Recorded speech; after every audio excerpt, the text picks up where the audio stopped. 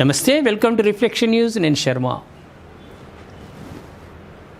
విజయ్ ఏ టైంలో పెట్టిండో పార్టీ కానీ మొత్తం అన్ని సంచలనాలుగా మారినాయి. మొదటి నుంచి ఆరంభం నుంచి అన్ని సంచలనాలు. మరి రిజల్ట్ కూడా సంచలనం కలిగించేటట్టు వస్తుందా రాదా తెలియదు.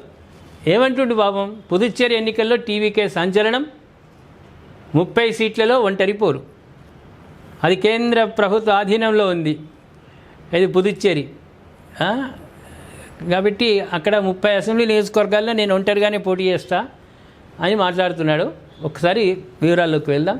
తమిళ నటుడు విజయ్ స్థాపించిన తమిళగ వెట్రి కజగం టీవీకే పార్టీ కీలక నిర్ణయం తీసుకుంది. త్వరలో జరగనున్న పుదుచ్చేరి అసెంబ్లీ ఎన్నికల్లో ఒంటరిగా పోటీ చేయనున్నట్లు ప్రకటించింది. కేంద్ర పాలిత ప్రాంతంలోని మొత్తం 30 అసెంబ్లీ నియోజకవర్గాల్లో తమ అభ్యర్థులు నిలబెడుతున్నట్లు విజయ్ స్వయంగా వెల్లడించారు. ఈ మేరకు అభ్యర్థుల తొలి జాబితాను విడుదల చేశారు. ఈ జాబితాలో ఇతర పార్టీల నుంచి వచ్చిన పలువురు సీనియర్ నాయకులకు చోటు కల్పించడం ప్రాధాన్యం. ఈ ప్రాధాన్యం ఏం లేదు, దేశంలో జరిగేటువంటి వ్యవహారమే అది. తెలంగాణ ఉద్యమంలో వాడు లాఠీ దెబ్బ తిననోడికి మంత్రి పదవులు. మన దగ్గర తెలంగాణ ఉద్యమంలో లాఠీ దెబ్బలు తినని వాడికి మంత్రి పదవులు. తెలంగాణ ఉద్యమం చేస్తుంటే ప్రెస్ మీట్లు పెట్టి బండబూతులు తిట్టిన వాళ్లకు మంచి హోదాగల్ల పదవులు. బలిపీఠం గిలిపీఠం అన్నోళ్లకు ఉన్నతమైనటువంటి స్థానాలు. ఇవి ఎంత ఎక్కువ ఇతర పార్టీలో ఉన్నప్పుడు తిడితే వాడు ఎలక్షన్ టైంలో వస్తే వాడికి కండువా కప్పి మంచి పదవులు. ఇది మన దౌర్భాగ్యం. నిజమైన కార్యకర్తకు ఎన్నడూ విలువ ఉండదు. ఎప్పటికైనా ఏ రాష్ట్రంలోనైనా దొంగచాటుగా వచ్చేవాడికే సకల మర్యాదలు. ఇది నడుస్తున్నది వ్యవహారం. కర్మ అది, మన కర్మ మనం చేసుకున్నటువంటిది. ఇతర నాయకులు చోటు కల్పించడం ప్రాధాన్యం సంతరించుకుంది. పుదుచ్చేరి బీజేపీ రాష్ట్ర మాజీ అధ్యక్షుడు వి స్వామినాథన్కు లాస్పేట స్థానం. ఇటీవల బీజేపీ నుంచి టీవీకేలో చేరిన sitting MLA AK Sai J Saravan కుమార్కు తిరుభువై నియోజకవర్గం నుంచి టికెట్ కేటాయించారు. వీరితో పాటు అన్నాడీఎంకే మాజీ ఎమ్మెల్యే కేఏయు అసన, కాంగ్రెస్ మాజీ ఎమ్మెల్యే ఎన్ ధనవేలు, పుదుచ్చేరి మాజీ డీఐజీ విజే చంద్రన్ వంటి ప్రముఖులు కూడా టీవీకే తరఫున బరిలో నిలిచారు. ఈ జాబితాలో 2 మహిళలకు కూడా విజయ్ ప్రాతినిధ్యం కల్పించారు. తమిళనాడు 23 నాడు తమిళనాడు అసెంబ్లీ ఎన్నికలు జరగనున్న నేపథ్యంలో పుదుచ్చేరి ఎన్నికలను విజయ్ ఒక టెస్ట్ గ్రౌండ్గా భావిస్తున్నట్టు తెలుస్తుంది. ఈ టెస్ట్ డకౌట్ అవుతాడా, ఏమైనా రన్స్ చేస్తాడా అనేది మనకి 23 ఎలక్షన్ తోటి రుజువయ్యే అవకాశాలు ఉన్నాయి. చూద్దాం. కానీ ఏదైనా పార్టీ నాయకులు ఒకటి గుర్తించుకోవాలి, నిజమైనటువంటి సేవకులు అటు పార్టీకి కోసం ఇటు ప్రజల కోసం శ్రమించేవాడే నాయకుడు కావాలి. పార్టీని తిట్టి భ్రష్టత్వం పట్టించి వానికి బాగా పైసలు ఎక్కడి నుంచి వస్తాయి పైసలు?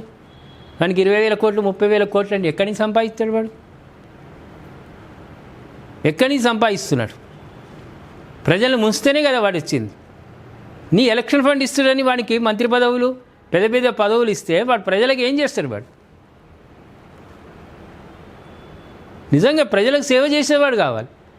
పైసలు ఇస్తే ఓట్లు వేస్తాడన్న కాలం పోయింది. నాయకులారా మీరు గ్రహించండి. పైసలు తీసుకున్నా కూడా నిజమైన నాయకుడు ఎవరో గుర్తించి ఓట్లు వేస్తున్నారు. కుటుంబ సభ్యులు కలిసి మాట్లాడుకుంటున్నారు తెలుసా? మీరు 10,000 ఒక క్యాండిడేట్కి ఇవ్వంగానే, ఓటర్కి ఇవ్వంగానే మీరు జబ్బలు జరుచుకోకండి.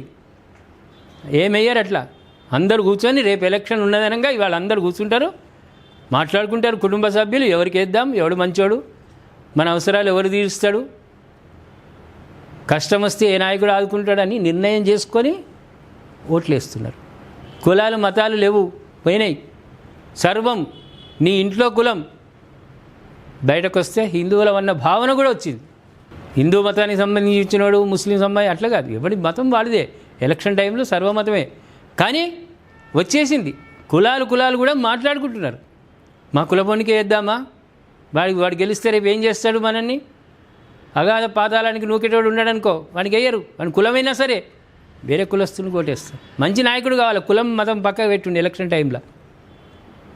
మతం కాదు, మనిషి మానవత్వంతో ఉన్నటువంటి నాయకుడు కావాలని చూస్తున్నారు. అటువంటి దొంగచాటు వచ్చినోనికి మీరు రెడ్ కార్పెట్ వరుస్తుండొచ్చు నాయకులు, కానీ ప్రజలు వరవరు. రెడ్ కార్పెట్ గుంజి పడేస్తారు. మంచి నాయకుడు కావాలి. ఇక టీవీకే పరిస్థితి కూడా అంటే దొంగచాటుగా వచ్చినటువంటి వాళ్ళకి సీట్లు ఇచ్చిండి. ప్రజలు తీర్పు ఎట్లుంటుందో వదులుదాం. ఏమంటారు ప్రేక్షకులారా? దొంగచాటుగా వచ్చిన వాడికి అందలాలు ఎక్కించడం అనేది భావ్యమా? వాళ్ళకి రెడ్ కార్పెట్ వరిచి స్వాగతం పలుకుడు, తిమ్మిన ఎలక్షన్ టైం వరకు అన్నీ మాఫీ చేసి వాడిని కౌగులించుకొని వానికి బొకేలు ఇచ్చి పార్టీ పదవులు ఇవ్వడం, అధికారంలోకి వచ్చినాక వానికి ఇంకా ఉన్నతమైన పదవులు ఇవ్వడం భావ్యమేనా ఇది? దయచేసి మీ కామెంట్ రూపంలో ఘాటుగా స్పందించండి. పంపుదాం, నాయకులకు అందరికీ పంపుదాం. ఒక ఈయనకు విజయ్కి కాదు, అందరి నాయకులకు పంపిద్దాం. మీరు చేస్తున్నది తప్పు. నిజమైన నాయకులకి ఇవ్వండి, గెలిచే నాయకులకి ఇవ్వండి, ప్రజాసేవ చేసే నాయకులకు సీట్లు ఇవ్వండి. దొంగలకు కాదు. దొంగలకు ఇస్తే ప్రజలు ఏం చేస్తారు? ఆయుధం ఉన్నది, ఓటు గుద్దుడు గుత్తే